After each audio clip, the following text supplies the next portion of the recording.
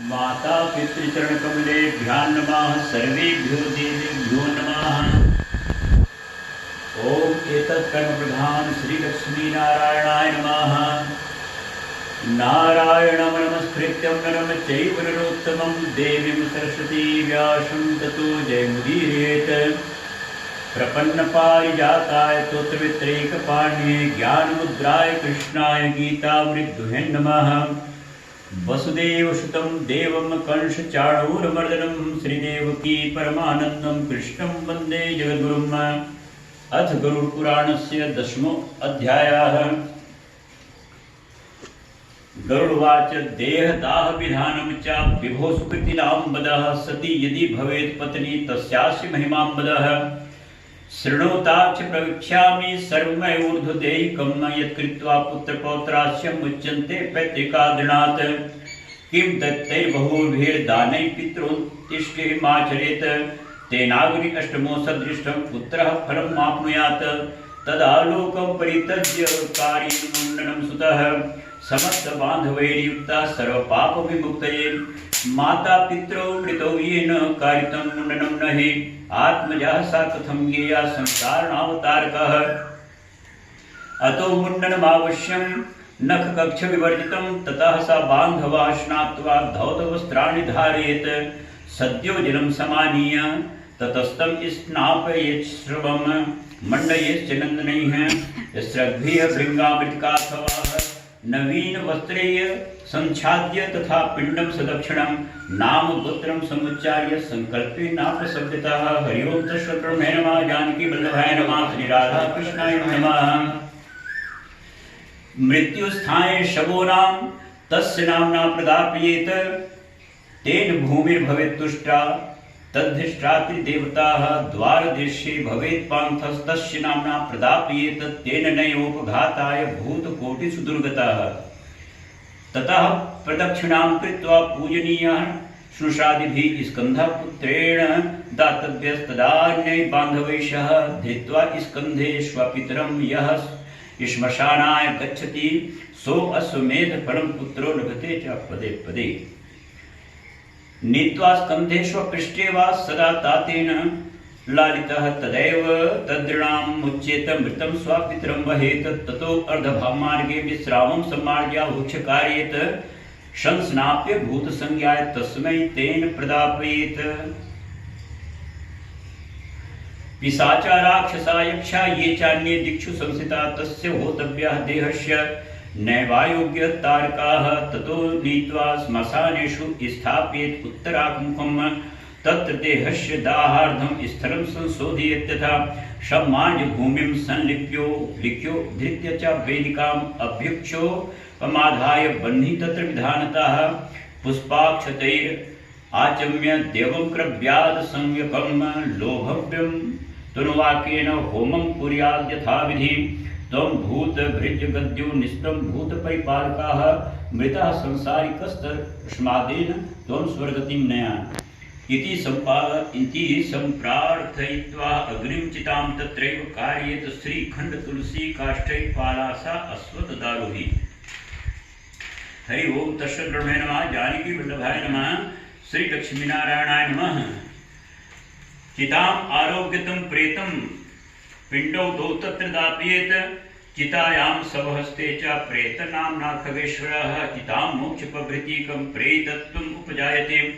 के एपितं साधकं प्राहुः प्रेतकल्पविदो जनाः। चितायां तेन नाम्ना वा प्रेतनाम्नो अथवा करे।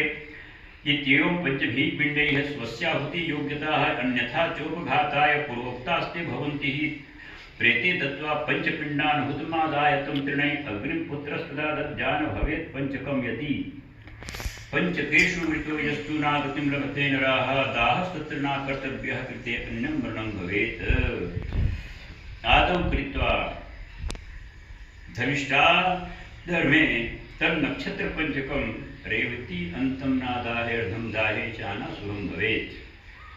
गृहे हनिं भवेत् तस्य ऋक्षे स्वे मृतो हिषः पुत्राणां गोत्रीणां चापि कचित् विघ्नः प्रजायते अथवा ऋक्षमध्ये हि दाहस्यादिविधिपूर्वकः तद्विधिं ते प्रवक्ष्यामि सर्वदोषप्रशान्तये। सवस्य निक्तेताख्यः निक्षिपेत उत्तरस्तथा दर्भमयांश्च चतुर्ऋक्षमन्त्राभिमन्त्रितान् तप्त हेमं प्रकर्तव्यं वहन्ति ऋक्षणां हि प्रेता जयत मन्त्रेण पुनर्होमस्तु सम्पुटै ततोदाह कर्तव्यस्ते च पुलत्पुत्रकैषः स पिण्डन दिने कुर्यात्तस्य शान्तिं विधिषुतः तिरुपात्रं हिरण्यं च रूप्यं रत्नं यथाक्रमं घृतं पूर्णं कास्य पात्रं तद्या दोषप्रशान्तये। हरि ओम कृष्णब्रह्मे नमः, जानकी वल्लभाय नमः, श्री राधा कृष्णाय नमः। एवं शांति विधानं तु कृत्वा दाहं करोतियाः नातस्य विघ्नो जायेत प्रेता यान्ति परां गतिम्। एवं पंचगदाः स्यात् द्विना केवलं दहेत् सती यदि भवेत् पत्नीं तया सह विनिर्दहेत्। पतिव्रता यदा नारी भर्तुप्रियहिते रता इच्छे सहैव गमनं तदा स्नानं समाचरेत्। कुङ्कुमाञ्जन वस्त्रभूषणैर्भूषिता तनुं दानं दद्यात् द्विजातिभ्यो बन्धुवर्गेभ्यः एव च। गुरुं नमस्कृत्य तदा निर्गच्छे मन्दिराद्वहि ततो देवालयं गत्वा भक्त्या तं प्रणमेद्धरिं समर्प्याभरणं तत्र श्रीफलं परिगृह्य च लज्जां मोहां परित्यज्य श्मशान भवनं भजेत्। तत्र सूर्यं नमस्कृत्य परिक्रम्य चितां तदा पुष्पशय्यां तदारोहे निजाङ्केष्वापतेत् पतिं सखिभ्यः श्रीफलं दद्यात् दाहं व्यापत्येत्। ततः गंगा स्नानं समं ज्ञात्वा शरीरं परिदाहयेत्। न दहेत् गर्भिणी नारी शरीरं प्रतिनाशः जनित्वा प्रसूति च बालं पोष्यति भवेत्। नारी भर्तारमासाद्य शरीरं दहते यदि अग्निर्दहति गात्राणि नैवात्मानं प्रपीडयेत्। दह्यते ध्यायमानानां धातूनां च यथा मलः तथा नारी दहेत् पापं हुताशये ह्यामृतोपमे दिव्यादौ शक्तियुक्तस्य शुद्धो धर्मयुतोररः यथा न दह्यते तप्तलोहपिण्डेन करिचित्। हरि ओम कृष्णब्रह्मे नमः, जानकी वल्लभाय नमः, श्री लक्ष्मीनारायणाय नमः।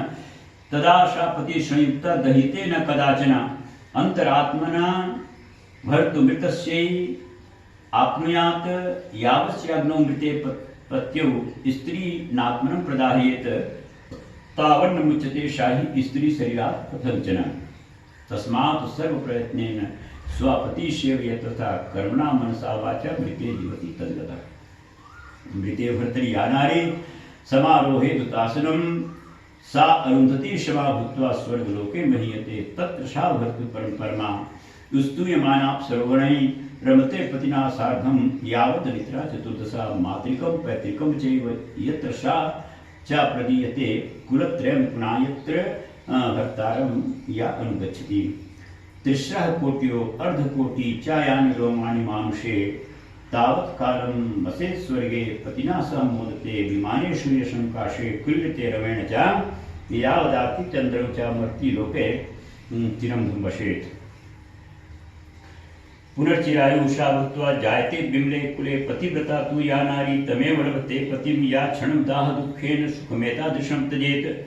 सा मूढा जन्मपर्यन्तं दह्यते विरहाविनाः तस्मात् पतिं शिवं ज्ञात्वा सहतेन दहेतुनुं। यदि न स्यात् सतीं ताच्छं तमेव प्रदहेत्। तदा अर्धे दग्धे अथवा पूर्णे स्फोटयेत् तस्य मस्तकं। गृहस्थानां तु काष्ठेन यतीनां श्रीफलेन च। अर्धे दग्धे अथवा पूर्णे स्फोटयेत् तस्य मस्तकं। गृहस्थानं तु काष्ठेन यतीनां श्रीफलेन च। हरि ओम तत्सद्ब्रह्मे नमः, जानकी वल्लभाय नमः, श्री कृष्णाय नमः। प्राप्ते पितृलोकानां भित्त्वा तद्ब्रह्मरन्ध्रकम् आज्याहुतिं ततो दद्यात् मन्त्राणेन तत्सुतः। अस्मात् त्वम् अधिजातो असि त्वादयं जायतं पुनः। असौ स्वर्गाय लोकाय स्वाहा जलतु पावकः। एवं आज्याहुतिं दत्त्वा तिदं मिश्रां समन्त्रकं रोदितव्यं ततो गाढं येन तस्य सुखं भवेत्। दाहात् अन्तरं कार्यं स्त्रीभिः स्नानं तथा श्रुतैः किलोदकं ततो दद्यान् गोत्रोपकल्पितं। पर्श्ये निम्बपत्राणि मृतकस्य गुणान् वदेत्। स्त्रीजनो अग्रे गृहं गच्छेत् पृष्ठतो नरसञ्चयः। गृहे स्नानं पुनः कृत्वा गोग्रासं च प्रदापयेत्। अत्राबल्यां च भुञ्जीयात् गृहान्नं नैव भक्षेत्। वृत्तकस्तान्मालिप्य दक्षिणाभिमुखं ततः द्वादशाः पर्यन्तं दीपं कुर्यात् अहर्निशम्। सूर्येऽस्तमागते तार्क्ष्ये श्मशाने वा चतुष्पथे दुग्धं च मृण्मये पात्रे तोयं दद्यात् दिनत्रयम्।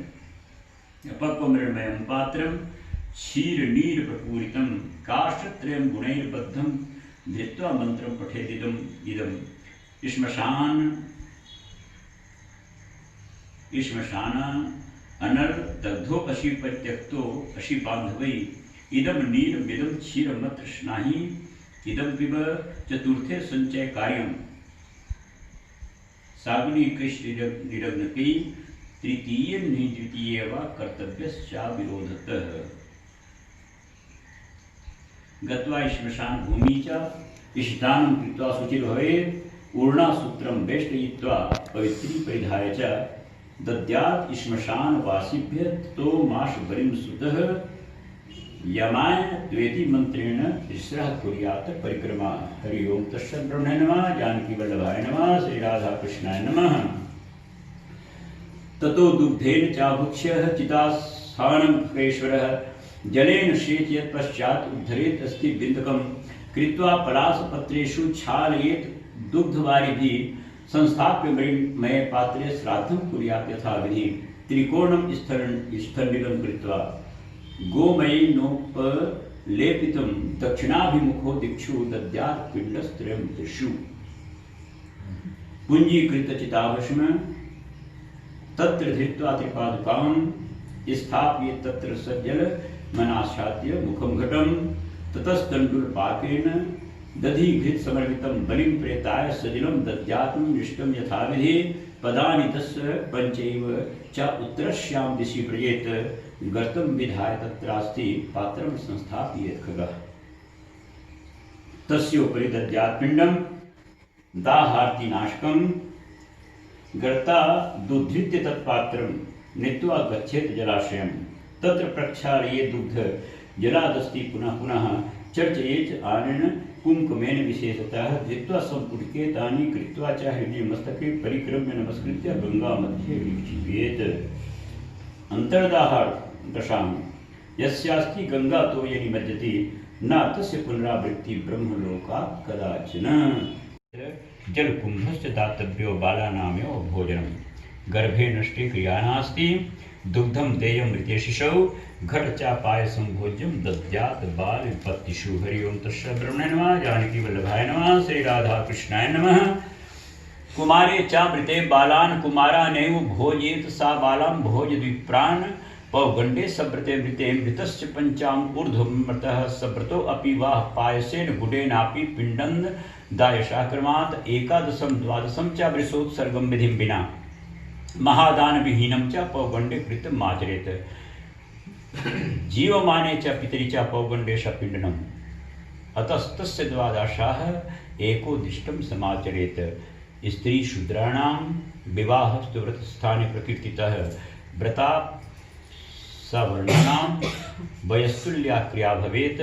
स्वल्पात् कर्म प्रसंगास्य स्वल्पात् विषय बंधनात् स्वल्पे वयसि देहे च क्रियां स्वल्पां पाच्यते।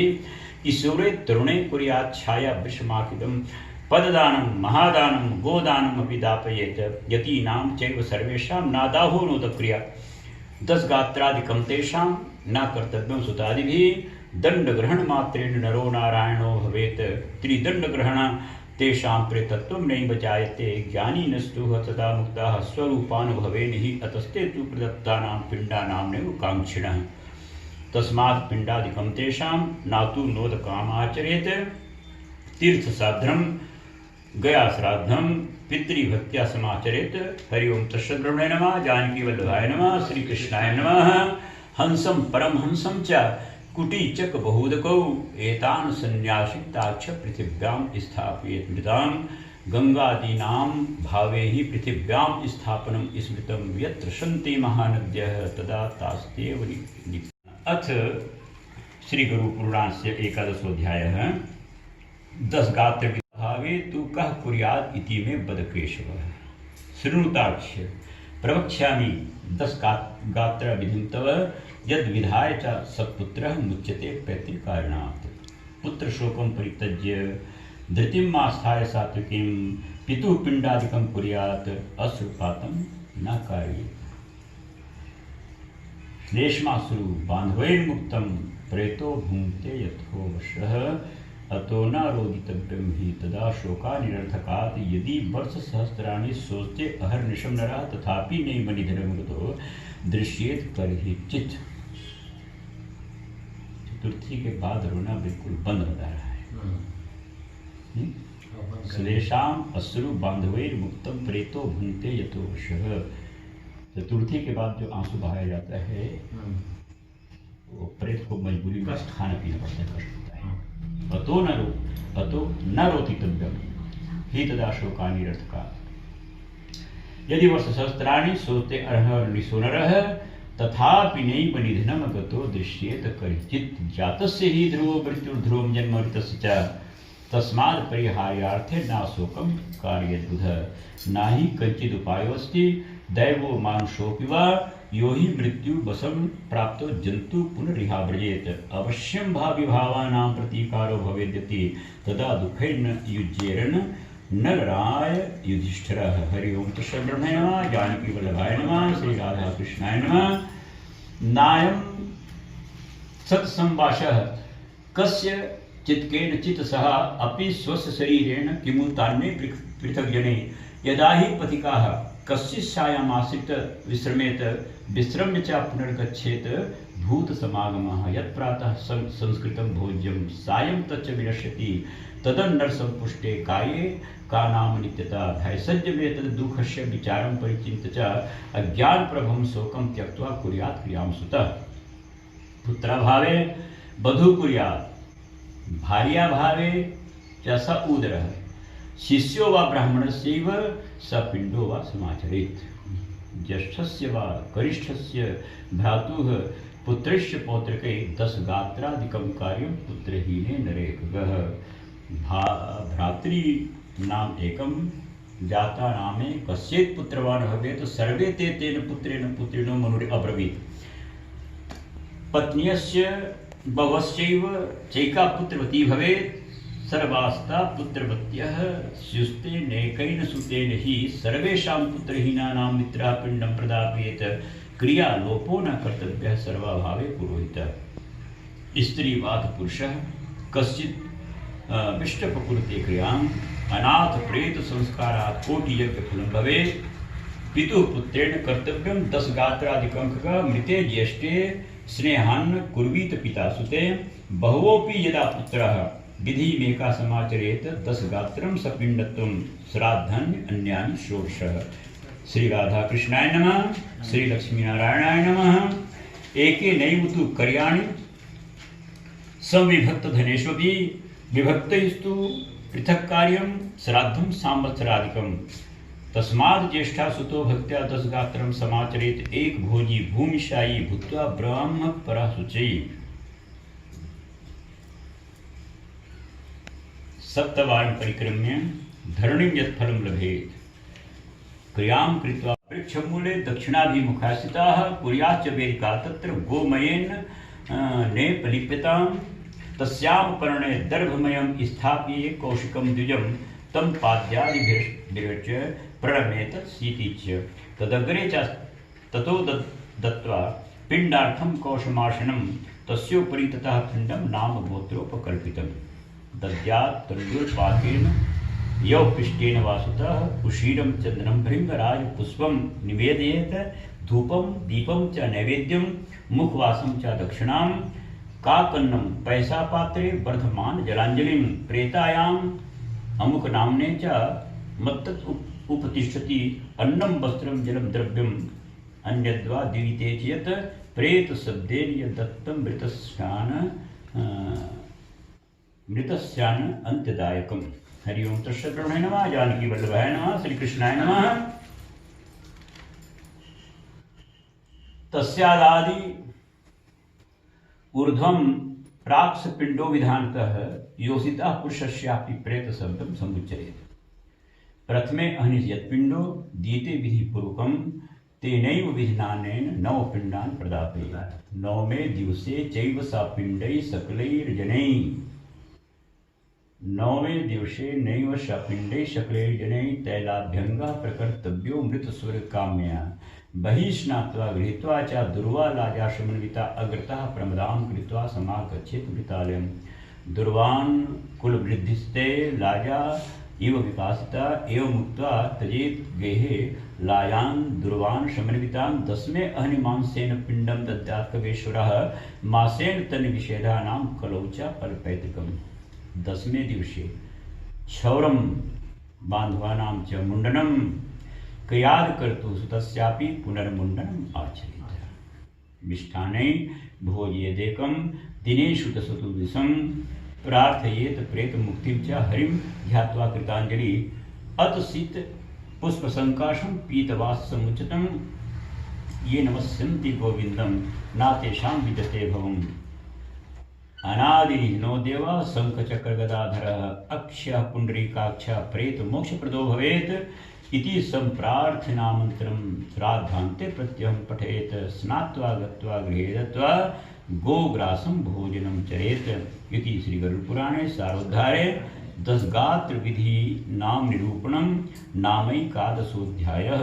बारंबार बोलो श्री लक्ष्मी नारायण भगवान की जय। एक अध्याय पाठ अथ द्वादशोऽध्याय। गरुडवाच एकादश दिनस्यापि विधिं ब्रूहि सुरेश्वरः वृषोत्सर्गविधानं च बदमे योगीश्वरः।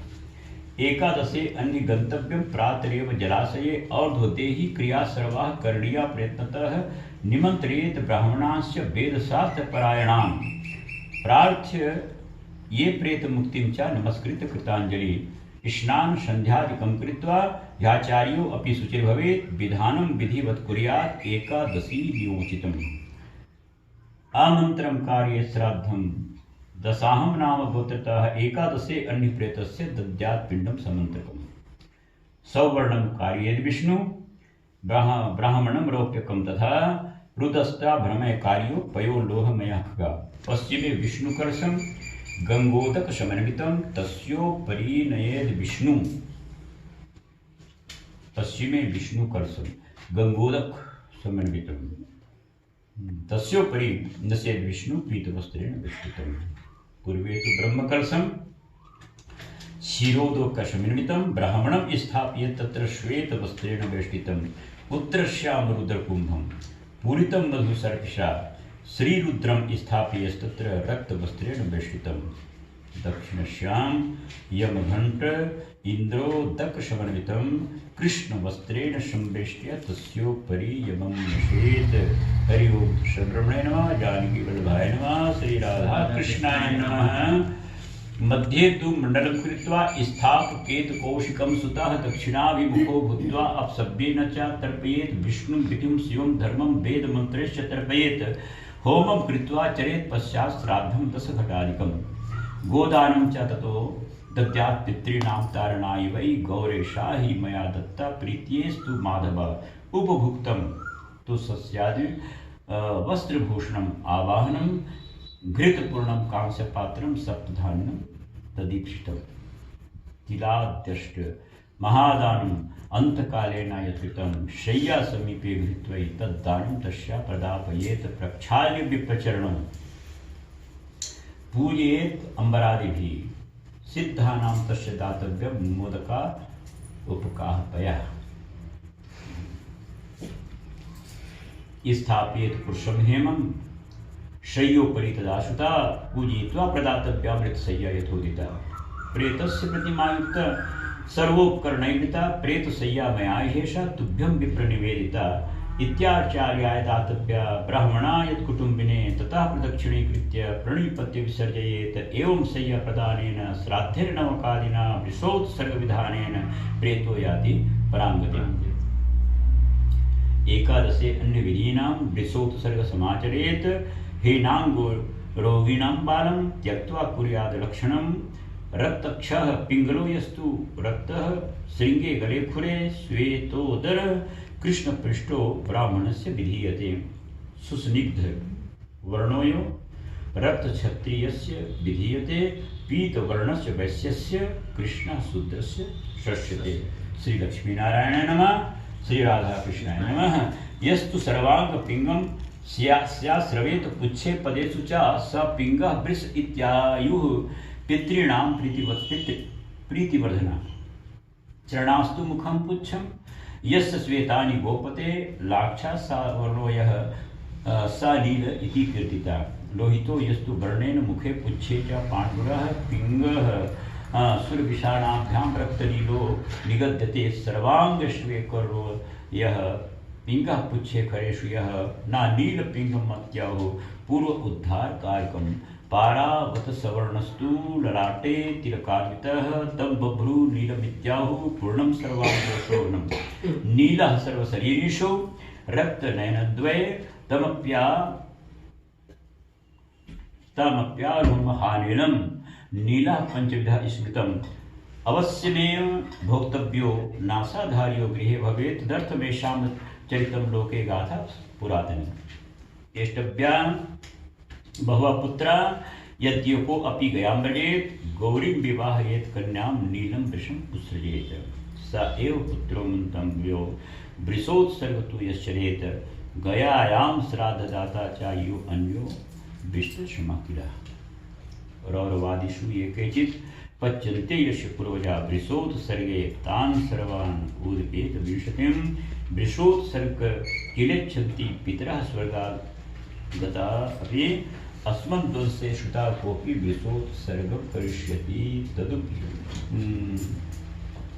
तदुपसर्गाद्वयं सर्वे यास्यामः परमां गतिं। सर्वयज्ञेषु च अस्माकं वृषयज्ञो हि मुख्यः। तस्मात् पितृविमुक्त्यर्थं वृषयज्ञं समाचरेत् यथोक्तेन विधानेन कुर्यात् सर्वं प्रयत्नतः। ग्रहाणां स्थापनं कृत्वा तत्तन्मस्य पूजनं होमं कुर्यात् यशास्त्रं पूजयेत वृषमातरः। वत्सं वत्सी शमानाय बध्नीयात् कंकणं ततयो वैवाह्येन विधानेन स्तम्भमारोहोदकेन च गन्धमाल्यैश्च सम्पूज्य कार्ये च प्रदक्षिणां। त्रिशूलं दक्षिणे पार्श्वे वामे चक्रं प्रदापयेत्। त्रिशूलं दक्षिणे पार्श्वे वामे चक्रं प्रदापयेत्। तं विमुच्याञ्जलिं बद्ध्वा पठेन् मन्त्रमिमं सुतः। धर्मस्त्वं वृषरूपेण ब्रह्मणा निर्मितः पुरा तवोत्सर्गप्रदानेन तार्यश्व भवार्णवात् इति मन्त्रान् नमस्कृत्य वत्सं वत्सी समुच्चयेत्। वरदो अहं सदा तस्य प्रेतमोक्षं ददामि च। तस्मादेष प्रकर्तव्यः यत्फलं जीवितो भवेत्।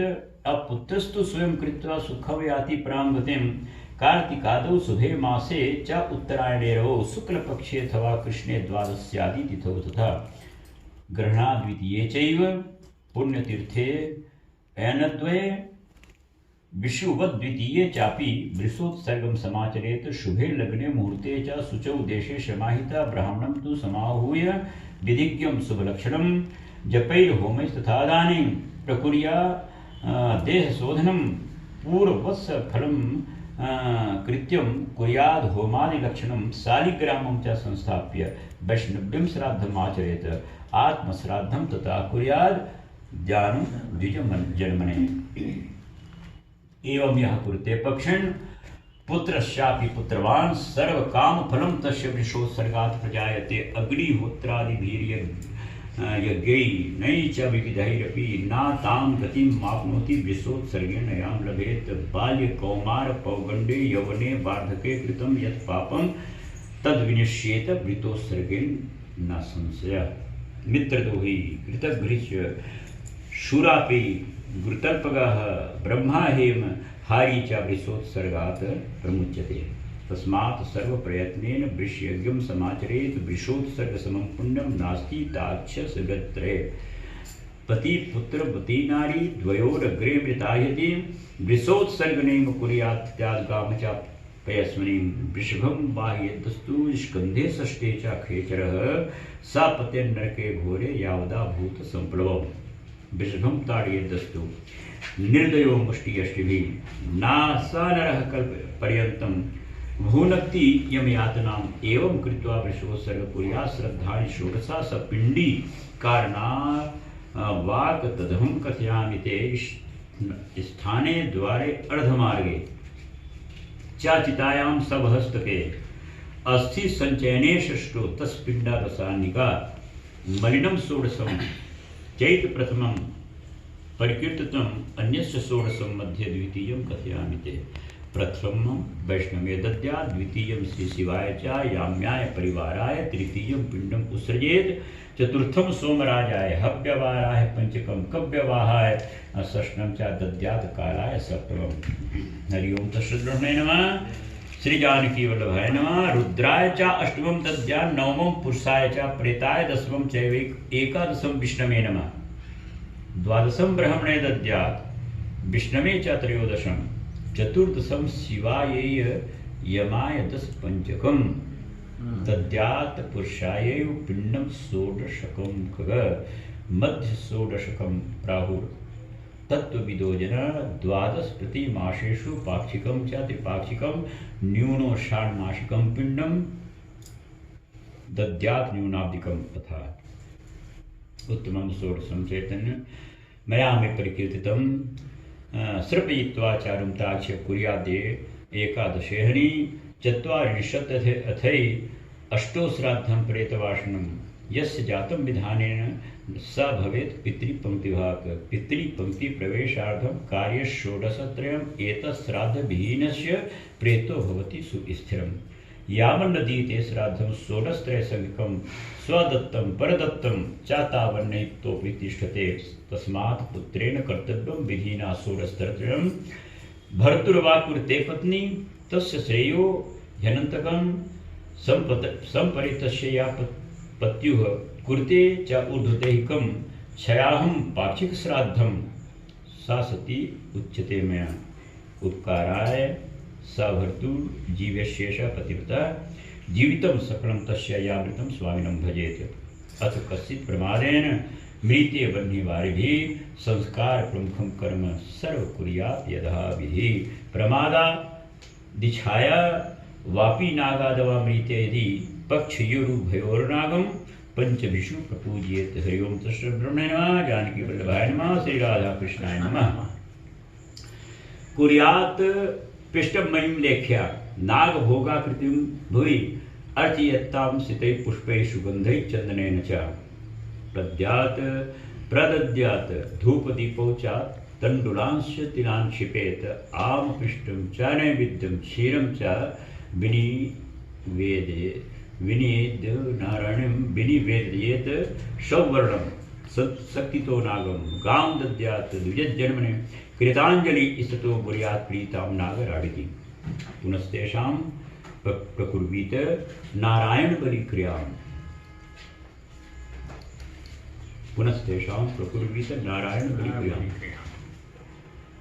तदा लभन्ते स्वर्वासं मुज्जन्ते सर्वपादपि एवं सर्वक्रियां कृत्वा घटं सान्नं जलान्वितं दद्याब्दं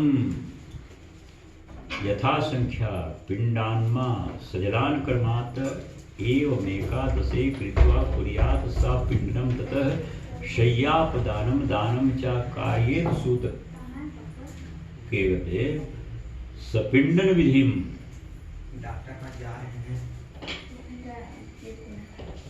एवमेकादशे कृत्वा कुर्यात् सपिंडनं ततः शय्यात् पदानां दानं च कार्येन सूत केवते इति श्री गरुड़पुराणे सारोद्धारे एकादश विधि निरूपणम नाम द्वादशोऽध्याय। बारंबार बोलो श्री लक्ष्मी नारायण भगवान की जय। गरुड़ पुराण एवं गरुड़ पुराण विषय पर चर्चा का आज पंचम दिवस। गरुड़ जी आज प्रश्न करते हैं भगवान लक्ष्मी नारायण से कि प्रभु आपने कर्म क्षेत्र एवं कर्म के महत्ता पर विस्तृत रूप से चर्चा करके आपने मुझको कथा सुनाया।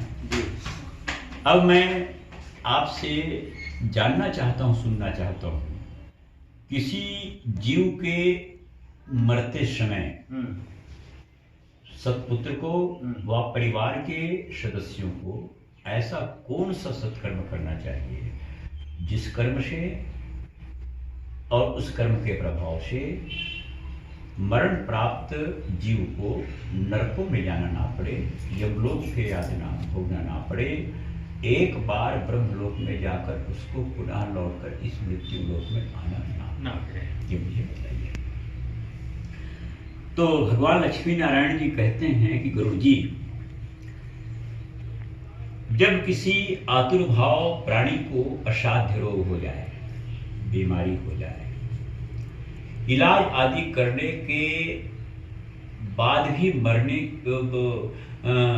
बचने की कोई उम्मीद ना हो, स्थिति गंभीर हो जाए। स्थिति गंभीर कैसे होती है मरण प्राणी का, आतुर्भाव प्राणी की?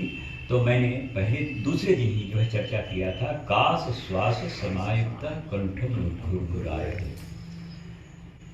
जब आतुर्भाव को प्राणी प्राप्त होता है तो वो मरने वाले प्राणी को मरते समय 1000 बिच्छू के काटने का दर्द उसके शरीर में होता है। कण से गुरुर गुरुर के आवाज आने लगता है, श्वास प्रश्वास तेज हो जाया करता है, आंखें फटने लगती है। तो ऐसी स्थिति आने पर घर के सदस्य को, उनके सत्पुत्र को चाहिए कि उस आतुर्भाव प्राणी को जो अब मरण की ओर है, उसे बिस्तर से उतारकर, खाट पलंग से उतारकर उसको सुंदर जमीन को गोबर से लीपकर और जमीन में जो है उसको शयन कराना चाहिए। ये बात भली भांति आप सब जानते हो। प्रत्येक प्राणी का जन्म जो है इस धरातल पर ही होता है, प्रत्येक प्राणियों के जीवन का निर्वाह इस धरातल पर ही होता है और प्रत्येक प्राणियों का अंत भी इस धरातल पर ही होना चाहिए। पहले ही मैंने आपसे निवेदन किया था, गर्भाधान संस्कार से लेकर के मृत्यु पर्यंत 16 प्रकार के संस्कार होते हैं। इन 16 प्रकार के संस्कारों में 3 संस्कार को बहुत प्रमुख जो है विद्वानों ने बताया, शास्त्रों ने बताया, पुराणों ने बताया, और वो 3 प्रमुख संस्कार का नाम है जन्म, विवाह और मरण। ये जो है प्रमुख संस्कार है। तो इन प्रमुख संस्कारों का निर्वाह वेदोक्त वाणी के द्वारा, वेद के बताए हुए मार्ग में चलते हुए ये तीनों संस्कारों को जो है यथायोग्य परिवार के सदस्यों को व जो है संतानों को, पुत्रों को जो है अवश्य करना चाहिए। तब जो है उस जो है जीव को दिव्य गति जो है प्राप्त होती है। तो जब ये जान लें कि अब तो इनके बचने की कोई उम्मीद नहीं है, आंखें फट गई है, श्वास उग्र हो गया है, मुंह बोलना बंद कर दिया है, कान सुनना बंद कर दिया है, आंखें देखना बंद कर दिया है, तो घर के सदस्यों को और पुत्र को चाहिए कि वो सुंदर गोबर से जमीन को लीपे और उस आतुर्भाव प्राप्त जो है प्राणी को बिस्तरे से, खटिया पलंग आदि से उतार कर उसको जमीन पर लिटा देना चाहिए। लिटाने की मुद्रा दक्षिण के ओर पैर हो, उत्तर के ओर जो है उनका सिर हो, क्योंकि जो यम मार्ग के पथिक होते हैं, मरकर जो यमलोक जाते हैं या धर्मराज के पुर जाते हैं या स्वर्गलोक जाते हैं, तो सबसे पहले उसको यातना में शरीर मिलती है, प्रेतत्व तो मिलता है। तो प्रेत का यम मार्ग में यात्रा करने के लिए एकमात्र जो है दिशा निर्धारित है और उस दिशा का नाम जो है दक्षिण दिशा है। तो इस मुद्रा में सुला देनी चाहिए। सुंदर उस मरणासन्न प्राणी के मुंह में गंगाजल, तुलसी दल, ये जो है अवश्य में जो है डाल देनी चाहिए। और उस समय इस वर्तमान जगत में हम देखते हैं जब प्राणी मरणासन अवस्था को प्राप्त होता है तो लोग जो है चिल्ला चिल्ला करके रोने लग जाते हैं, हाय तौबा करने लग जाते हैं। ये सब जो है नहीं करनी चाहिए।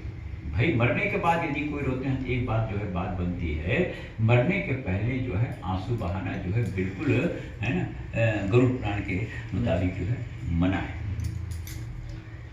मरणासन प्राणी को सचेत करने के लिए, कुछ उसके श्रवण शक्ति को वापस लाने के लिए ताली बजानी चाहिए,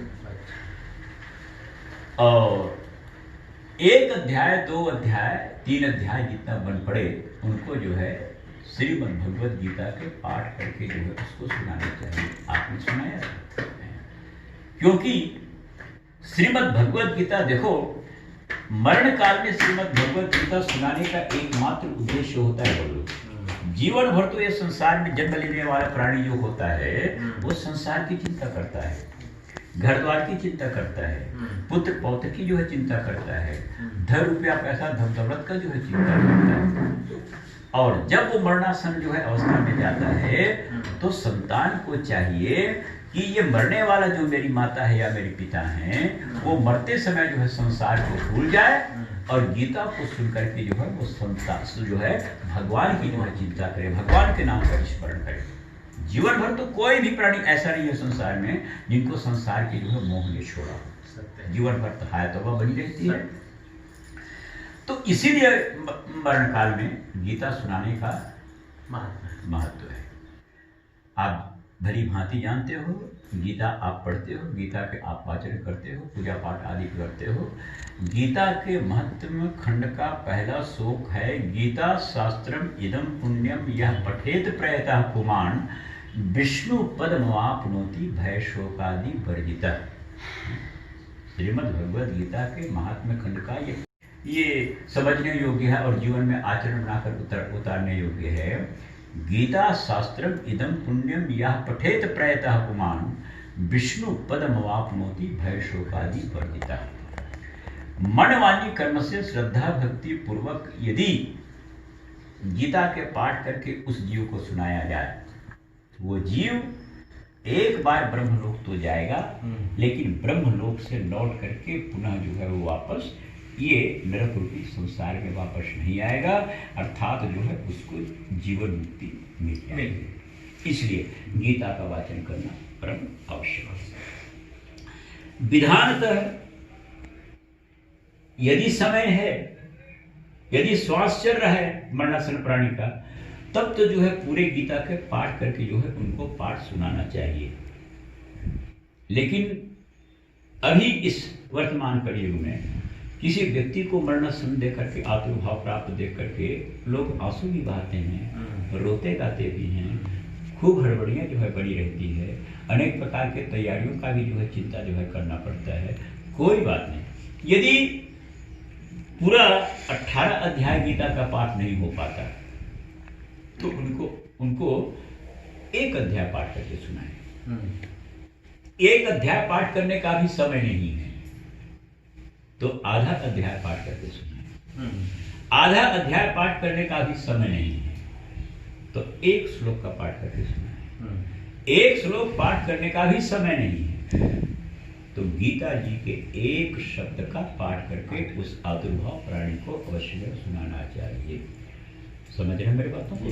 देखो, श्रीमद् भगवद गीता की महिमा लिखा गया है, भारतामृत सर्वस्वम विष्णु वक्त्रात् निःसृतः गीता गंगोदकम पीत्वा पुनर्जन्म न विद्यते। बोली लक्ष्मी नारायण भगवान की जय। गीता का महिमा देखो, है ना, जो जी रहा है उसके लिए भी और जो मर रहा है उसके लिए भी ये कितना उपयोगी है।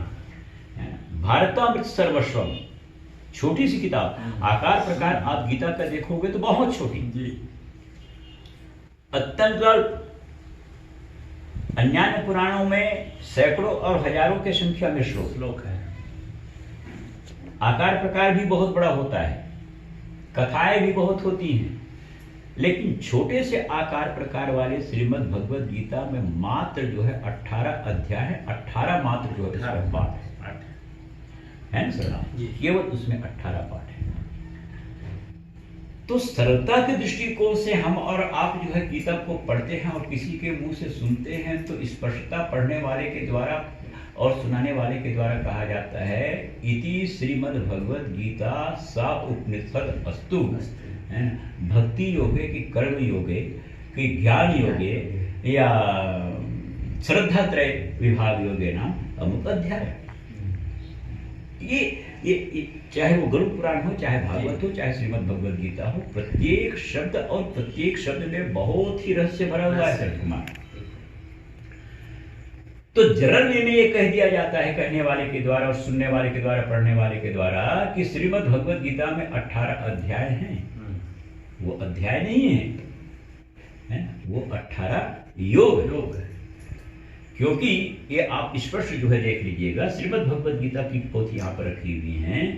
अंतिम हर अध्याय का वाक्य होता है इति श्रीमद् भगवद गीता सुपनिषद अस्तु कर्मयोगे की भक्ति योगे की ज्ञान योगे नाम अमुक अध्याय योग पर लिखा योग है ना। तो वो 18 योग है ना?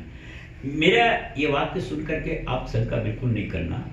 एक योग अभी वर्तमान में खूब चल रहा है, रामदेव बाबा जी प्रचार प्रसार कर रहे हैं टीवी दूरदर्शन आदि के माध्यम से। ये योग जो है अलग योग है। ये योग का नाम पतंजलि योग है।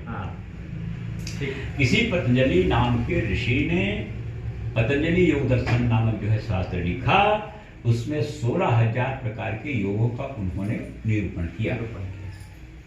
रामदेव बाबा जी ने उसका अध्ययन किया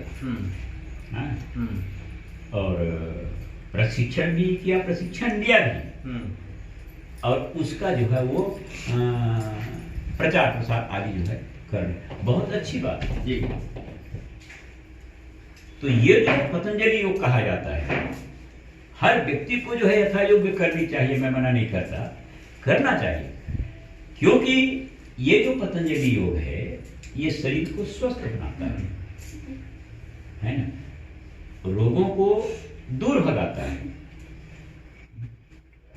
लेकिन ये शरीर को कितना भी आप स्वस्थ बना लो, कितना भी रोग से आप जो है बचा लो, लेकिन ये शरीर को एक दिन रहना है नहीं, एक दिन जो है इसको मर जाना है और दहते हुए अग्नि में जल के इसको भस्मीभूत हो जाना है। इस शरीर को स्वस्थ बनाने का ये पतंजलि योग, वैदिक योग का पूरा प्रमाण आपको श्रीमद् भगवद गीता में मिलेगा। वैदिक योग के प्रकार पतंजलि योग 16,000 और वैदिक योग केवल जो है 18 है ना। सिद्धि अष्ट दशा प्रोक्ता व्याकरण के भाषा में जो है इस गीता के योग पर कहा जाता है 18 प्रकार के वैदिक योग होते हैं सर। तो ये योग माने क्या होगा? योग पढ़ना तो सरल है, कहना तो सरल है। योग का अर्थ होता है, योग शब्द का जो है पाणिनि जी ने बहुत सुंदर अपने पाणिनि व्याकरण सूत्र में परिभाषा देते हुए लिखा है। योग किसको कहते हैं? तो कहा सम्यक रूपेण स्व आत्म स्वरूपम अनुसंधानम यस्य सा योगा। कितना सुंदर जो है परिभाषा, देखो पाणिनि जी ने लिखा योग पर परिभाषा, सम्यक रूपेण स्व आत्म स्वरूपम अनुसंधानम यस्य सह योगा। जिस मार्ग पर चलकर, योग माने समझ लेना मार्ग, योग माने समझ लेना पगडंडी, योग माने समझ लेना रास्ता। जिस रास्ते पर चलकर प्राणी अपने बारे में सम्यक रूपेण पूरा जानकारी हासिल कर ले, जान ले, समझ ले, ऐसे मार्ग कोई जो है वैदिक योग कहा जाता है। बोली लक्ष्मी नारायण भगवान की जय। पूरा जानकारी हासिल कर ले अपने बारे में। पूरा जानकारी कैसा होगा? हम पहले कौन थे, आज हम कौन हैं, और हमको मर के जो है कहाँ जाना है। ये बात सर्वसिद्ध है, सब जानते हो। हम आप भी पहले परमात्मा के चरणों में थे। परमात्मा ने हमको इस संसार में नहीं भेजा, हमने परमात्मा से कहा कि हमको संसार में भेजिए। परमात्मा ने हमसे पूछा भी था वहां जाके क्या करोगे, तो कहा वहां जाके आपके भजन करेंगे, आपके भक्ति करेंगे, पूजा पाठ करेंगे, कथा सुनेंगे, मंदिरों में जाके देवी देवता आपके चरणों की सेवा करेंगे। तो 5 अक्षर के बनने वाले परमात्मा ने अपने चरण कमल से हमारे आप जैसे सूक्ष्म जीव को निकालकर, आत्मा को निकालकर 2.5 अक्षर वाले आत्मा बनाकर किसी माँ के कोख के द्वारा ये भवसागर में हमको जो है भेज दिया। इसीलिए कहते हैं ईश्वर अंश जीव अविनाशी, आत्मा वही जायते पुत्र इति वेदानुशिक्षितम। परमात्मा के अंश ही किसी माता पिता के द्वारा ये संसार सागर में जीव के रूप में आकर के जन्म लेता है। ये पहली जानकारी। अब वहां से वादा करके आता है, वहां जाके हम भजन करेंगे, भक्ति करेंगे, ये जानकारी होनी चाहिए। लेकिन यहां आते ही वो भूल जाता है, भगवान को भुला देता है। परिणामतः वो दुर्गति का जो है अधिकारी बनता है, दुर्गति का पात्र बनता है। तो ये जानना कि हम पहले कौन थे, हम परमात्मा थे, हम आत्मा बन गए। अब आत्मा बन के हमको किस मार्ग पर चलना चाहिए, जिस मार्ग पर, जिस रास्ते पर चलकर हम पुनः परमात्मा के श्री चरणों में स्थान प्राप्त कर ले, यही सम्यक रूप जो है जानकारी कहलाता है संत कुमार। तो ये जो जानकारी मिलती है, जिसके द्वारा ये जानकारी मिलती है, ज्ञान होता है, उसको कहते हैं योग। तो योग माने एक रास्ता है। तो ऐसे योग कितने? तो गीता के प्रमाण के मुताबिक 18 योग। बहुत सुंदर आज मैं चर्चा आपसे करने जा रहा हूं जी, सुनते जाइए, थोड़ा ताली बजाइए। भगवान की। तो गीता में 18 योग, 18 मार्ग, 18 रास्ते। कौन सा रास्ते? तो आत्मा से परमात्मा तक पहुंचने का। और उस गीता को जिसमें 18 युगों का जो है उल्लेख किया है, उसको लिखने वाले हैं वेदव्यास, जो भगवान के 24 अवतारों में एक जो है अवतारी पुरुष। शायद वो जानते थे गीता लिखने के पूर्व गीता का उल्लेख हुआ द्वापर के अंतिम चरण में शरद कुमार, महाभारत काल में। और महाभारत काल के समाप्त होते ही आया जो है कलयुग। तो शायद वो भगवान व्यास ये जानते थे कि द्वापर के अंत होने पर तो कलयुग आएगा, और कलयुग में जो जीव जन्म लेंगे उनकी बुद्धि अत्यंत अल्प होगी, जीवन अत्यंत व्यस्त होगा। ये 18 प्रकार के योग अर्थात मार्ग मैं लिख रहा हूं गीता में, उस पर चलना जो है कलयुगी प्राणियों के लिए अत्यंत कठिन होगा, नहीं चल पाएंगे। बहुत सुंदर उन्होंने जो है सुविधा दिया। 18 प्रकार के जो योग हैं गीता में उल्लिखित है, उन्होंने उनको छोटा रूप देते हुए 18 को केवल 3 बनाया, 6 से 18 को भाग दिया। 6 से 18 को भाग देंगे तो 6 दिया 18 हो जाता है। कहा 3 योग को नहीं कर पाएंगे कोई बात नहीं, 18 योग को नहीं कर पाएंगे कोई बात नहीं, 3 को तो करेंगे, 3 रास्ते में तो चलेंगे। वो कौन कौन से रास्ते? तो कर्मयोग, भक्ति योग, ज्ञान योग और ज्ञान योग। तो कोई कोई विद्वानों ने जो है व्यास जी से प्रश्न किया, कलयुगी बुद्धि तो अत्यंत गौण होगी, छोटी होगी, अत्यंत जो है जीवन व्यस्त होगा, हाय तौबा की जिंदगी होगी, क्या ये तीनों रास्ते में चलेंगे तभी जो है वो जीव तरेगा, पर आत्मा से परमात्मा बनेगा, मानव से महामानव बनेगा, नर से नारायण बनेगा? ये तीनों रास्ते में ना चलने पर क्या वो भवसागर में ही फंस के रह जाएगा? तो व्यास जी ने कहा ये जरूरी नहीं है, ये तीनों योगों में से किसी एक योग पर जो है लोग चलेंगे। कितना सुंदर सुविधा है देखो हमारे शास्त्र में जी, ये तीनों योगों में से किसी एक रास्ते पर चले। ज्ञानी ही भक्ति ही नहीं कछु भेदा, ज्ञान में, भक्ति में और कर्म में कोई भेद नहीं है। इनका परिणाम उभय रही भव बंधन खेदा। भक्ति मार्ग पर चलोगे भव बंधन से मुक्ति मिलेगी, परमात्मा मिलेंगे। कर्मयोग पर चलोगे परमात्मा मिलेंगे, ज्ञान योग पर चलोगे परमात्मा। यदि ये तीनों रास्ता पर नहीं चल सकते कोई बात नहीं, मत चलिए। आपको भगवत भक्ति अच्छी लगती है तो यथा योग्य जो है आप भक्ति कीजिए भगवान का। सुंदर सवेरे स्नान कीजिए, सूर्योदय पूर्व उठिए,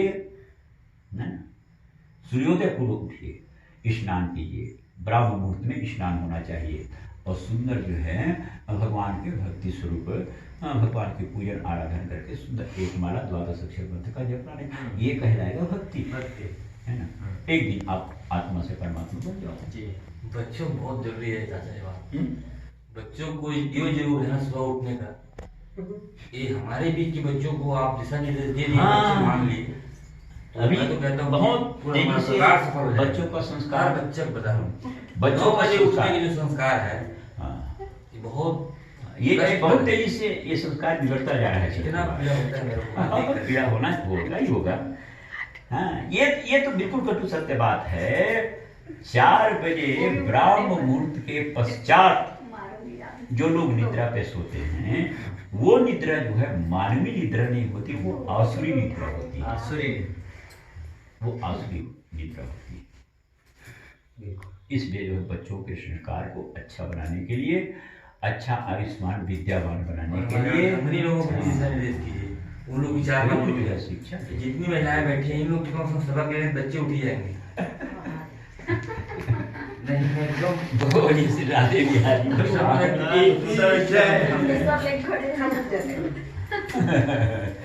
तो यदि आपको भक्ति अच्छी लगती है तो ब्राह्म मुहूर्त में सुंदर उठ के स्नान कीजिए, लब्धोपचार भगवान की पूजा कीजिए। लब्धोपचार का मतलब होता है जो कुछ भी आपके पास पूजा सामग्री उपलब्ध है उससे पूजा कीजिए, पत्र पुष्प आदि मात्र से, और सुंदर जो है भगवान की जो है भक्ति करते हुए उनके नाम स्मरण कीजिए, है ना।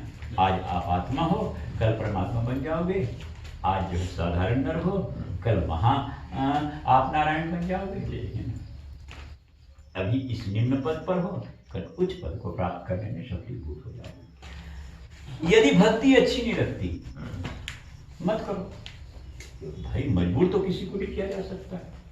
आपको कर्म अच्छा लगता है, काम करना अच्छा लगता है, ये कर्म क्षेत्र है, कर्म तो करना पड़ता है। कर्म नहीं करोगे जिंदगी नहीं चलेगी, बाल बच्चे भी जो है आगे नहीं बढ़ पाएंगे। कर्म करना आवश्यक है, कर्म करो, लेकिन इन हाथों से वो कर्म करो जो सत्कर्म कहलाए। अच्छे कर्म करो, जीव हिंसा जन पाप ना होने पावे, परदारा विमर्शनम ऐसे जुगुप्सित कर्म ना होने पावे, मुंह से किसी प्रकार की असत्य भाषण निकलने ना पावे। अच्छा कर्म करो, अच्छा कर्म करोगे एक दिन आत्मा से परमात्मा पद को प्राप्त कर लोगे। ये भी आपको अच्छा नहीं लगता तो वो भी मत करो, ज्ञान अर्जित करो, वो ज्ञान योग कहलाए। अच्छे सदगुरु के चरण सेवा करो, सत्संग करो, वेद पुराणों के भाषा से कथा से अपने आप को यथा योग्य जोड़ के रखो, है ना। ज्ञान अर्जित करो, ज्ञान, और ये ज्ञान सच्चे सदगुरु और सत्पुराण से ही जो है सुगम जो बहुत क्लिष्ट रहता है सत्य, जो बहुत कितना सुंदर विद्वानों ने मार्ग बताया है। संत कुमार गोस्वामी जी ने भी कहा है, धर्मते विरति, वृत्ति तो सबको करना है, नौकरी चाकरी सबको करना है, उद्यम धंधा सबको करना है, धर्मते विरति, योग ते ज्ञान। योग मार्ग पर चलोगे ज्ञान मिलेगा, और ज्ञान का रिजल्ट, ज्ञान का परिणाम तो ज्ञान मोक्ष प्रद वेद बखाना। बोले लक्ष्मी नारायण भगवान की धर्म विरति योग ते ज्ञाना, और ज्ञान मोक्ष प्रद वेद बखाना। ज्ञान एक ऐसा वस्तु है जो मोक्षदायक है, भवसागर से मुक्ति दिलाने वाला है, पुनर्जन्म से मुक्ति देने वाला है, साधारण मानव को महामानव पद तक पहुंचाने वाला है, साधारण नर को नारायण के चरणों तक पहुंचाने। इसलिए महत्व में लिख दिया गया, गीता शास्त्रम इदम पुण्यम यह पठेत प्रयतापुमान विष्णु पदमाप्नोति। विष्णु के पद को जो है वो जीव प्राप्त करता। ये दृष्टिकोण से मरणासन जो प्राणी है उसको अवश्य में जो है गीता का पाठ करके मरण काल में सुनाना चाहिए। आप सुनाए हैं? समय नहीं है, एक अध्याय पढ़िए। फिर भी समय नहीं है, एक श्लोक पढ़िए, उतना भी नहीं हो पाता है। तो जोर से जो है गीता ऐसे पावन नाम को उनके कानों में बोलिए, उच्चारण कीजिए। और ये जो एक नाम है इस दिव्य ग्रंथ का गीता, ये कहलाता है गीता गंगोदक। गीता गंगोदक, श्रीमद् भगवद गीता महत्व खंड, ये 5वें नंबर का श्लोक।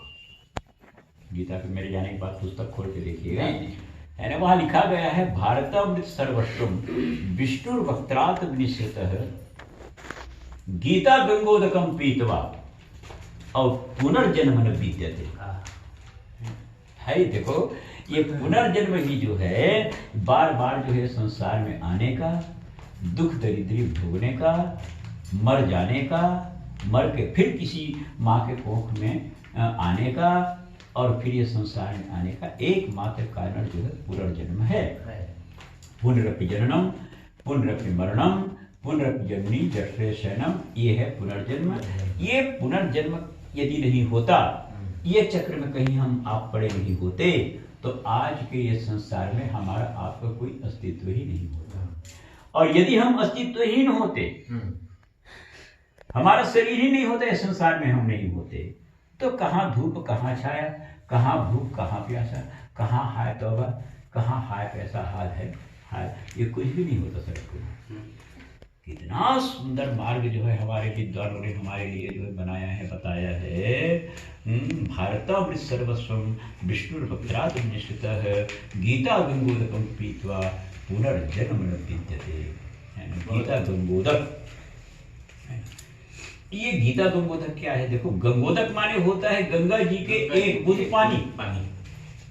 गंगोदक माने गंगा जी के एक बूंद पानी। ये तो आप भली भांति जानते हो, गंगा मैया कई बार हारणी है, पतित पावनी है, जन्म जन्मांतर के जो है पापों को धोने वाली है। ऐसा नहीं हो सकता कि पेट भर हम जो है लोटा भर जो है पानी पिए तो हमको ज्यादा लाभ होगा, है ना।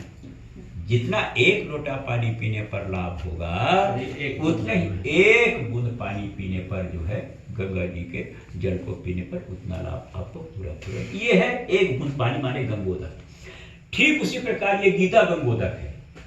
पूरे 18 अध्याय को आप पढ़ोगे, अथाह जग राशि हो गई। एक बार गीता के नाम को लोगे, वो गीता गंगोदक बन जाएगा। नहीं बन जाए, एक बूंद हो जाएगा। पूरे को पढ़ोगे तो बड़ी नदी बन जाएगी, केवल नाम करोगे तो एक बूंद हो जाएगा। ये है गीता गंगोदक। इस व्यवहारिक जगत में, कलयुगी जगत में गीता के नाम लेने में भी अड़चने आती हैं सर। अच्छा, अड़चन आती है। एक सामाजिक बंधन होता है, पारिवारिक बंधन होता है। कई समाज में और प्रायः सभी समाज में गीता नाम लेने से लोग हिचकिचाते हैं। ऐसे लोग हिचकिचाते हैं गीता के नाम लेने पर, किसी के भांजा बहू का नाम होता है, किसी के भाई बहू का नाम होता है। ये सामाजिक एक समस्याएं आती है, विसंगति है कहा जाए। इस घटना से मैं पूर्णतः जो है परिचित हूँ। मेरी कथा चल रही थी देवरी बंगला, महाराष्ट्र बॉर्डर। अपार वीर, बहुत बड़े उस क्षेत्र के जाने माने भागवती पंडित, नाम उनका भरतलाल उपाध्याय, अभी भी जीवित हैं। तो जिस दिन मैं गीता प्रवचन कर रहा था भागवत का, तो मैं यही इन्हीं बातों पर चर्चा कर रहा था, गीता पर भूमिका बनाते हुए। तो मैं तो संवादात्मक कथा कहता हूँ सर, चाहे किसी को अच्छा लगे चाहे किसी को बुरा लगे। और ये बात भी आप भली भांति जानते हो, मैं साधारण जीवन में मैं कैसे रहता हूँ, और कथा कहने के लिए बोलता हूँ, बैठता हूँ तो मैं खूब बोलता हूँ। भाई अब कथा कहने वाले बोलाकर नहीं होंगे, कथा बनेगी कैसे? बोले राधे बिहारी भगवान की जय। तो मैं संवादात्मक कथा कहता हूँ। ये तो छोटे से गरुड़ पुराण है। सभी पुराणों के पन्ना खोल करके आप देखिए, सभी पुराणों की कथा अपने आप में संवादात्मक शैली में ही उल्लिखित है। यहाँ गरुड़वाच है, भगवानवाच है, अन्य शास्त्रों में सुखदेववाच है, परीक्षितोवाच है, सूतवाच है, सौनकवाच है, मैत्रेयवाच है, उद्धववाच है, कृष्णवाच है, गोपीवाच। बिना उवाच के कोई भी महापुराण की जो है लेख आप नहीं पाओगे। लेकिन आज के विद्वानों के द्वारा संवादात्मक शैली को काट दिया गया, अत्यंत उसको जो है छोटे रूप देने के लिए, धन अर्जित करने के लिए एकात्मक शैली जो है संवादात्मक शैली को दे दिया गया। हजारों लाखों रुपया खर्चा करके विद्वानों को लोग बुलाया करते हैं। जो भी उनको विषय याद होता है ऊंची गद्दी में बैठ के माइक में चिल्ला करके वो बोलता है। सब जानते हुए भी श्रोता मूक दर्शक को करके केवल वक्ता के चेहरे पर देखते रह जाता है। ऐसी जो कथा होती है ना तो वो वक्ता के कल्याण करने वाली होगी और ना तो जो है वो श्रोता के कल्याण करती है। बहुत कर्मकांड को जो है ग्रंथ बतलाया करती है। वहाँ क्या हुआ गीता वाले प्रसंग में क्या हुआ बता रहा हूं। तो मैं भूमिका बना रहा था गीता गंगोदकम पीतवा। गीता जी के श्रद्धा भक्ति पूर्वक मनवाणी कर्म से एक बार नाम लेने से जन्म जन्मांतर के जो है पाप जो है धुल जाते हैं। जैसे गंगा मैया के एक बूंद पानी धो देती है। तो उन्होंने खड़ा होकर भरतलाल उपाध्याय जी ने भरी सभा में मुझसे प्रश्न किया, कहा महाराज बहुत सुंदर आप गीता पर जो है भूमिका बता रहे हो, लेकिन मेरे पास समस्या है। हमने कहा कैसी समस्या? तो जैसे एक किताब के नाम है जिस पर आप चर्चा कर रहे हो, वैसे जो है मेरे भांजा बहू के नाम है। मैं उनका नाम लूंगा, ये है सामाजिक बंधन, है ना, सामाजिक बंधन, उसकी अज्ञानता है वो। हाँ, वो अज्ञानता कहा जाए, है ना। उनको अपने ज्ञान का था अहम। हमने कहा मत लीजिए भाई, जो बातें लिखी हैं मेरे किताब में मैं तो वो आपको बता रहा हूं। शायद इस बात को भी जो है वेद व्यास जी जानते थे गीता लिखने के पूर्व कि कलयुग के आने पर जो है ऐसे सामाजिक समस्याएं सामने आ सकती है गीता जी के नाम उच्चारण करने में। इसीलिए उन्होंने एक विकल्प दे दिया, गीता नाम लेते नहीं बनता तो मत लो। हाँ, 18 नाम लिख दिया शरद। अरे कोई तो बनेगा, कहा गीता गंगा गायत्री सीता सत्या सरस्वती ब्रह्म विद्या ब्रह्मवल्ली त्रिशध्या मुक्ति गेहिनी अर्धमात्रा चिदानंदा भवग्नि भवनाशिनी वेद त्रयी वार्ता तत्वार्थ ज्ञान मंजरी। ये 18 नाम दे दिया। सुनो बोला करो तो कोई भी चुन ली। क्या क्या बेटी? वो दादी ना मरते पर गंगा गीता गायत्री करके बोले दादी दादी सास। हाँ हाँ, वो सुबह शाम मरते तक हाँ, उसके मुख से ही तो हाँ, ये व्यवस्था सब जो है वेद व्यास जी ने किया है। शायद उनको ये बात मालूम थी कि कलयुग में ऐसा समस्या आ सकता है, तो 18 विकल्प दे दिया। अरे कोई नाम तो लेवल बने। सही, गीता गंगा गायत्री सीता सत्या सरस्वती ब्रह्म विद्या ब्रह्मवल्ली त्रिशध्या मुक्ति गेहिनी अर्धमात्रा चिदानंदा भवग्नि भवनाशिनी वेद त्रयी वार्ता तत्वार्थ ज्ञान मंजरी। गीता कहते नहीं बने, गंगा कह दो, वो भी नहीं बनता है, गायत्री कह दो, वो भी नहीं बनता, सावित्री कह दो, वो भी नहीं बनता, बहुत बड़े महात कहो, ब्रह्म विद्या कह दो, ये नाम तो किसी का नहीं होता। ब्रह्मवल्ली कह दो, नाम तो किसी का नहीं होता। मुक्ति गेहिनी कह दो, तत्वार्थदायिनी कह दो, ये नाम तो किसी का नहीं है। कितना सुंदर जो है मुक्ति का उपाय है कृष्ण द्वैपायन वेद व्यास जी ने हमारे आपके लिए बनाया है। लोग इस मार्ग पर जो है चलना तो सीख जाए, ये भारत जो है धन्य हो जाएगा। तो सत्य। तो इस विषय पर मैंने आपसे इसलिए चर्चा कर दिया कि मरणासन अवस्था प्राप्त प्राणी के दिव्य गति प्राप्ति के लिए, भगवान के चरणों में स्थान प्राप्त करने के लिए मरण काल में पूरा गीता का पाठ करके सुनाया नहीं जा सक रहा है जी। तो श्रद्धा भक्ति पूर्वक विश्वास पूर्वक एक बार गीता गंगोदक अर्थात गीता जी के नाम का उच्चारण करके अवश्य में जो है उस आतुर्भाव प्राणी को इस नाम से जो है परिचित कराना चाहिए। बहुत बढ़िया। जन्म जन्मांतर के जो है पाप से वो मुक्ति पा जाएगा और भगवान के चरणों में जाके दिव्य स्थान उसको मिलेगा। लौट कर फिर ये संसार में वो नहीं आएगा। तो सत्पुत्र का कर्तव्य होता है मरण काल में जो है उनको सुंदर गंगा जी का जल पिलाना, मुख में सुंदर तुलसी जी के दर डालें, गीता जी के पाठ करके सुनाएं, जोरों से चिल्ला करके भगवान के नाम लेने के लिए उनसे निवेदन करें। ऐसा भी संभव नहीं है तो मरने वाले प्राणी के सिराहने में गीता जी के पोथी को अवश्य दबाएं। बोलिए श्रीमद् भगवद गीता की जय। वही फल मिलेगा जो फल पाठ सुभाष उसके सिराहने में दबाएं। और उसी समय प्रत्येक सत्पुत्र का कर्तव्य है जीवित अवस्था में यदि संभव नहीं है तो मरण हो जाने पर भी मनवाणी कर्म से श्रद्धा भक्ति पूर्वक अपने मातृ कल्याण के लिए, अपनी माता जी के सद्गति के लिए आपने इस काम को किया है। बहुत सुंदर सराहनीय कार्य आपने किया है। उस मरण प्राप्त प्राणी के हाथ से यथा योग्य किसी अच्छे व्यक्ति को अवश्य जो है कुछ दान जो है करा देनी चाहिए। क्या वो कैसे भी दान तो 10 प्रकार के होते हैं, उस पर हमको नहीं जाने का है। दान अक्षुण्ण होता है अपने आप में, जिसका कोई लिमिटेशन नहीं होता है, कोई सीमा नहीं होता। और किसी दान लेने वाले के द्वारा जो है दान दाता को मजबूर नहीं किया जा सकता है, और किसी दान देने वाले को जो है दान लेने वाले को इतना दो ये नहीं कहा जाता। वो असीमित होता है, अक्षुण्ण होता है। ये अवश्य जो है करनी चाहिए। ये सब जो है उनको उस लोक में जो है प्राप्त होता है। दान करते समय चाहे वो किसी भी प्रकार के दान हो, चाहे वो लोग तो काम नहीं है और भैया दान करते थे, चाहे वो द्रव्य दान हो, चाहे वो कोई भी दान हो, उस दान वस्तु के साथ जरूर जो है कुछ दाने तिल का हो। अच्छा, भगवान के स्वेद से तिल की उत्पत्ति होती है जी। कुछ दाने जो है उसमें जौ का हो, और तुलसी का उसमें दल हो, और उसमें जो है पुसा का टुकड़ा, तब वो दान जो है सफलीभूत होता है। नहीं कर पाए आप करना है।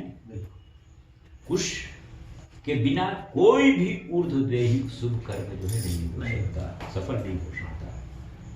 कुश के अग्रभाग में ब्रह्मा स्थित रहते हैं, मध्य भाग में भगवान विष्णु विदित रहते हैं जी, और उनके मूल भाग में जो है भगवान शंकर जी रहते हैं।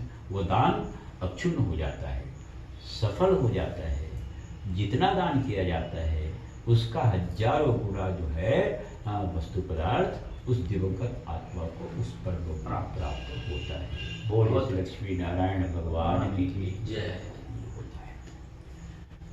तदुपरांत जब आतुर्भाव प्राणी का अवसान हो जाए, शरीर से प्राण निर्गत हो जाए, बाहर निकल जाए, तो पुत्र को चाहिए कि वो जो है मुंडन करे।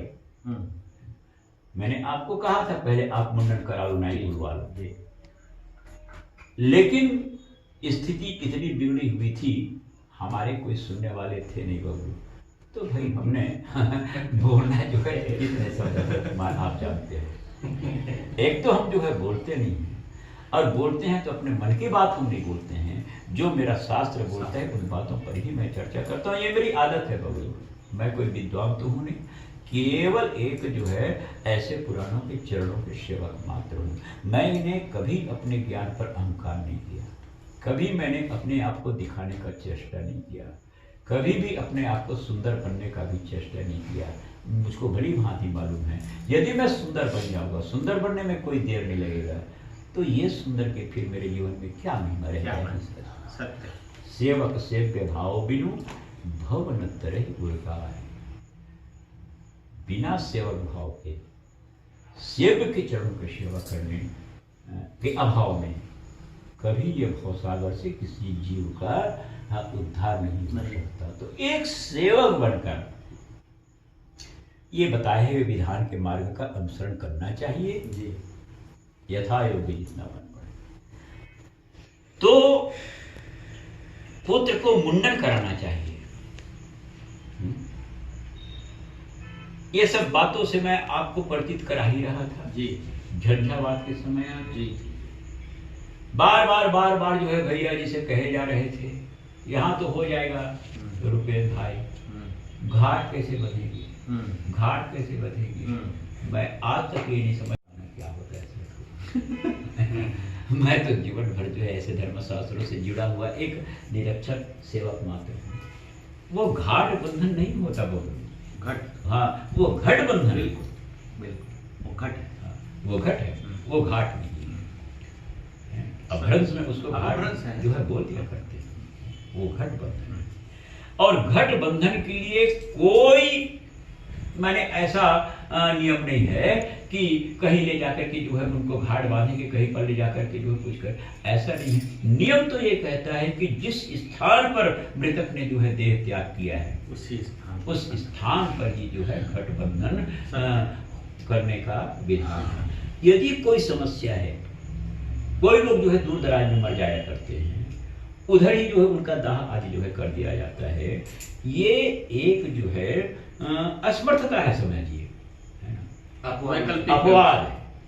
तो उसको उसके लिए ऐसा जो है व्यवस्था हो सकता है कि जहाँ पर वो जन्म लिया है, जहाँ पर वो जिंदगी जिया है, वहाँ पर जो है उनके लिए घट बंधन करने। अब जैसे कोई गुरु धारण कर लिया है, हाँ, परिवार छोड़ के बाहर आ रहा है, हाँ, वो कार्यक्रम तो यहाँ होगा नहीं, होगा वो वहीं संपन्न होगा। ये जो है शास्त्रों का बताया हुआ नियम है वो नियम। तो पुत्र जो है मुंडन कराए और सुंदर जो है कुशल कर्मकांडी आचार्य को बुलाकर, हमारे पूर्वजों ने एक परंपरा जो है बना करके छोड़ रखा है, मृतक कर्म में पिंड श्राद्ध आदि दान कराने के लिए चौबे अर्थात मालवी बुलाया जाता है। ये एक परंपरा है। गरुड़ पुराण जो है इस बात को स्वीकार नहीं करता। गरुड़ पुराण कहता है कि अच्छा जानकारी रखने वाले, कर्म कांड को समझने वाले श्रेष्ठ आचार्य विप्र को बुलाने, बिल्कुल सत्य है। और बुला करके उस मरण प्राप्त जो है आत्मा की दिव्य गति के लिए, है ना, जहां पर वो देह पड़ा है वहां पर एक सुंदर जो है श्रद्धा भक्ति पूर्वक जो है पिंडदान करें। उस पिंड का नाम गरुड़ पुराण के प्रमाण के मुताबिक 100 नाम जो है पिंडा होता है। 100 माने मुर्दा नाम जो है वो पिंडा होता है। सही, वहां पिंडदान करें। जी। तदुपरांत सौभाग्यवती नारी यदि देह त्याग करके जा रही है तो इन बहु बेटियों का कर्तव्य होता है सुंदर जो है उनको स्नान कराएं, सुंदर नवीन से नवीनतम उनको वस्त्र आभूषण आदि पहनाएं। जी। सौभाग्यवती जा रही उनके सौभाग्य जो है पति के द्वारा भरवाएं। सुंदर जो है उनके श्री अंग में, देखो उस दिन ये चर्चा भी प्रश्न जो है मेरे सामने आ रहा था कि मैंने कहा था राम नाम लिख दो चंदन से, तो ये कहा जा रहा था ये स्त्री है। भाई देखो, जब तक वो स्त्री थी तब तक थी, मरने के बाद तो वो केवल दिव्य आत्मा, सत्य। तो वहां नर और नारी का कोई भेद नहीं है। हमारे सांसारिक दृष्टि में नर और नारी का भेद है, लेकिन वेद के दृष्टि में, मंत्र के दृष्टि में, देवी देवताओं के दृष्टि में, है नर और नारी एक समान होते हैं, जीव मात्र सब एक समान सत्य है, बिल्कुल सत्य है। तो सुंदर जो है चंदन से राम नाम लिखें, और यदि हो सके तो जानकार कर्मकांड के जो है जानकारी रखने वाले सत्पुत्र को चाहिए कि अपने माता पिता के मरने पर गंगा जल के द्वारा या मधुरस के द्वारा उनके जीव में 2 अक्षर लिखें, हा और रा में छोटी मात्रा हरि। ये विधान ही जो है गरुड़ पुराण में बताया गया है। जी। हरि शब्द लिखे, हरि केवल 2 अक्षर का नाम है। हरि बहुत छोटा शब्द है, लेकिन इसका महत्व हरिहरति पापानि दुष्ट चित्ते अपि स्मृतः अनिच्छापि संस्पृष्टो दहत्येव हि पावका। जिस प्रकार गंदे से गंदे वस्तु को आप जो है अग्नि में डाल दो उस गंदे वस्तु को भी जो है अग्नि जो है जला करके अपने समान पवित्र बना देती है। सत्य है। जैसे हम अग्नि में हवन करते हैं, होम देते हैं, वो गंदा वस्तु भी जल करके जो है होम देने लायक जो है पावन जो है बन जाएगा। ठीक उसी प्रकार ये 2 अक्षर का जो हरि नाम है, हरि हरति पापानि, वो पाप को हरने वाली होती है, मैल को जलाने वाली होती है, आत्मा को शुद्ध बनाने वाली होता है। गरुड़ पुराण में तो कहा गया 11 अध्याय के अंतर्गत, ना गंगा न गया सेतु, काशी न च पुष्करम, जीवाग्रे वर्तते यस्य हरि हरित्यक्षरद्वयम्। जिनके जीव के अग्रभाग में हा और री ये 2 अक्षर विद्यमान हों, चलते फिरते समय, खाते पीते समय, काम धाम करते समय, ये 2 अक्षर हरि हरि जो उच्चारण करते हैं अपने श्रीमुख से, उनको गया जाने की जरूरत नहीं है, गंगा जाने की जरूरत नहीं है, तीर्थ यात्रा करने की जरूरत नहीं है। ये 2 अक्षर के पावन नाम उच्चारण करने मात्र से सभी तीर्थों के यात्रा करने का परिणाम जो है उस प्राणी मात्र को सुलभ हो जाता है। बोले श्री राधे बिहारी भगवान की। तो उस दिवंगत आत्मा को धन्य करने के लिए, दिग्गति प्राप्त कराने के लिए यदि संभव हो, भाई जानकारी होने पर लोग करते हैं, तो मधुरस जो है या गंगा जल से तुलसी के जो है कलम बनाकर और इनके जीभ के अग्रभाग में हरि ये 2 जो है अंक शब्द जो है अवश्य जो है अक्षर लिखना चाहिए। कोई बात नहीं, आपने गंगा जल डाल दिया और काफी है, तुलसी दल डाल दिया था काफी है, गीता सुना दिया था काफी है। कर्मकांड पर जो ग्रंथ है वो तो अनेक कर्मकांडों से प्रबोध कराया गया जी। तो इस प्रकार सुंदर हरि शब्द लिखने, सब नाम पिंडा जो है करा लें। तत्पश्चात परिवार के लोगों के द्वारा, समाज के लोगों के द्वारा उस शव को उठाकर द्वार पर ले जाए जी, और उस द्वार पर ले जाकर एक द्वितीय पिंडा जो है वहां पर श्राद्ध जो है करें, पिंडदान करें। वो जो दूसरा पिंड होता है दरवाजे में, वो पिंड जो है पांथ नाम का जो है पिंडा कहलाता है। अच्छा। पांथ, पांथ का अर्थ होता है पथिक, ठीक है, राहगीर। घर में तो प्राण छूटा, अब घर छोड़ करके वो पथिक बनने जा रहा है, रास्ता चलने जा रहा है। इसलिए द्वार में जो पिंडदान किया जाता है वो जो है पांथ नाम का जो है पिंडा कहलाता है। सुंदर समाज के लोग जो है उनको कंधा दान है। जो पुत्र अपने मरने वाले माता पिता को कंधा नहीं देते हैं वो, इसका परिणाम उनको जो है मरणोपरांत कठिन से कठिन जो है नरकों में जाकर के यातना भोगने की मजबूर होना पड़ता है। और जो सब पुत्र अपने माता पिता के मरने पर कंधा देता है अर्थी को, है ना, उनके एक एक पांव चलने पर एक एक अश्वमेघ यज्ञ करने का परिणाम उस सत्पुत्र को सुलभ होता है, प्राप्त होता है। ये सत्पुत्र के कर्तव्य बताया गया।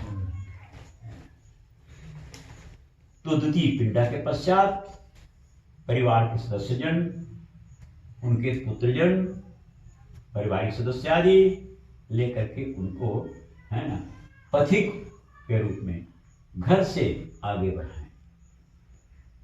बीच में जाकर स्मशान और गृह ये दोनों के मध्य स्थान में जाकर एक तृतीय जो है वहां पर पिंडदान करें। वहां जमीन को सुंदर जो है गोबर से छींटा मारे, सुंदर 3 डंडा जो है वहां पर, ये काम क्रोध और लोभ का सूचक होता है। 3 डंडा जो चौक जाता है, चौक वहां पर 100 को रखें, सुंदर श्रद्धा भक्ति पूर्वक तृतीय जो है उनको पिंडदान दें। वो जो तीसरे नंबर का पिंड होता है उस पिंडा का नाम विश्राम अर्थात भूत नामक जो है वो पिंडा होता है, भूत पिंड कहलाता है, जो तीसरा पिंड होता है। तृतीय पिंडा देने के उपरांत उसे लेकर के स्मशान में पहुंचे। स्मशान में सुलाते समय 100 का पैर जो है दक्षिण के ओर हो और सिर जो है उत्तर की ओर। वहां पर चौथा पिंडा दिया जाता है जी। और उस पिंडा का नाम है प्रयाण नाम। प्रयाण। उसका नाम प्रयाण नाम है। अब उसका प्रयाण हो रहा है जी। तदुपरांत सुंदर उस जमीन को जहां पर जो है दाह करना है, सुंदर उसको गोबर से लीपे, सुंदर गुलाल या आटे के द्वारा उस स्थान पर ओम रम जो है अक्षर लिखे। ओम रम के अक्षर जी।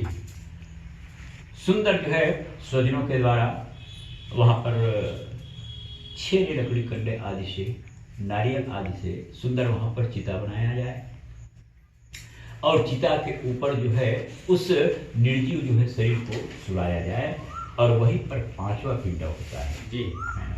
चिता के ऊपर पांचवा पिंडा होता है और वो पिंडा कहलाता है गरुड़ पुराण के भाषा में महाप्रयाण पिंडा। बोली लक्ष्मी नारायण भगवान है ना। अभी तक जो कर्म किया जाता है पहला, दूसरा, तीसरा, चौथा पिंडा वो तो प्रयाण है और जब जो है वो शरीर को दग्ध करने के लिए जो है चिता में सुलाया जाता है और पांचवा पिंड दो दिया जाता है, वो पिंड जो है महाप्रयाण जो है पिंडा कहलाता है। महाप्रयाण पिंडा। उस पिंडा के पश्चात सुंदर सत्पुत्र के द्वारा, दर्भों के द्वारा, दर्भ माने वही हम लोग उसको कहते हैं जैसे पैरा घास जिससे लगाते हैं है ना, दर्भ, दुब, कांसी, इसके द्वारा सत्पुत्र के द्वारा अपने दिवंगत जो है माता पिता को सुंदर जो है अग्नि जो है प्रदान करना चाहिए। जब वो शव आधा जल जाए, गरुड़ पुराण के कथनानुसार जब वो शरीर आधा जल जाए है ना, आजकल पूरे जलने पर वो क्रिया किया जाता है। जब वो शरीर केवल आधा जला रहे तो उस समय जो है सत्पुत्र के द्वारा अपने दिवंगत जो है माता के दिव्य गति के लिए वहीं पर कपाल क्रिया करने का विधान है। विप्रवर्ण जो है, ब्राह्मण समाज जो है, उनके पुत्र के द्वारा वो कपाल क्रिया जो है काष्ठ से किया जाता है सर, काष्ठ से, बांस से वो काष्ठ है। और अन्य जो समाज के लोग हैं उनके द्वारा तो कपाल क्रिया बहुत कम जो है किया जाता है, लेकिन अन्य लोगों के द्वारा जो है वो कपाल क्रिया नारियल आदि से जो है किया जाता है।